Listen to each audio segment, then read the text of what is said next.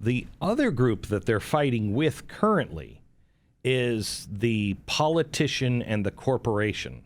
And I've never, I used to mock people who were like, yeah, the United Corporations of America. And I'd be like, come on, man, really?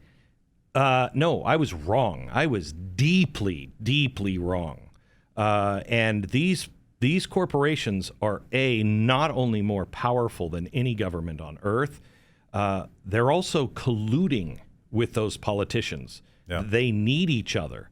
And boy, it won't be hard to erase our history. I mean, we don't have libraries. You know, a library could disappear today in your town. You wouldn't know about it because nobody goes. Yeah. They just disappear off of your electronic shelf. They're gone forever. I've come up with a phrase for this. I call it political capture, and I'm an economics dork, and economists have this phrase called regulatory capture, where big corporations will use their pull in Washington, D.C.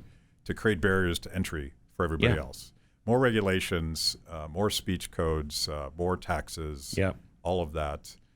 Political capture is the flip side of that. You know, the Democratic Party is just taking control of almost everything in Washington, D.C., and it is pretty clear to me that those big corporations are now sort of looking for favor. Not favors, but pandering to those powerful people. I think you and I agree on the direction. We may have difference in terms. You know, I believe in the Great Reset. What do you call it? You don't call it the Great Reset? I call it COVID socialism. Okay, right. Yeah.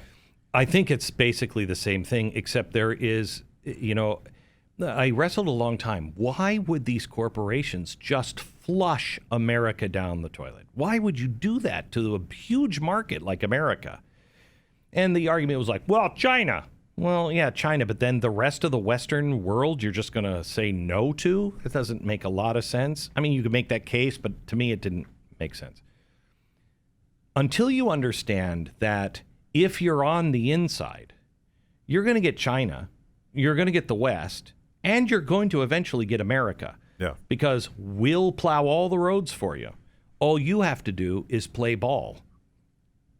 When everybody you're an economist, when Bank of America says, as they did a few days ago, that we're in, what is it, transitional? No, but temporary hyperinflation at best. That's their quote. At the very best, temporary hyperinflation is coming. Well, I mean, all hyperinflation is temporary, I would speculate. But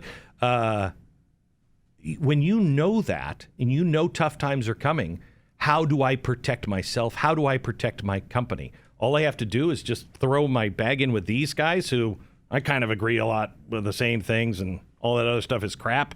But it'll be the corporations that win anyway, and the government. Yeah. Why not? Why not? It would make sense.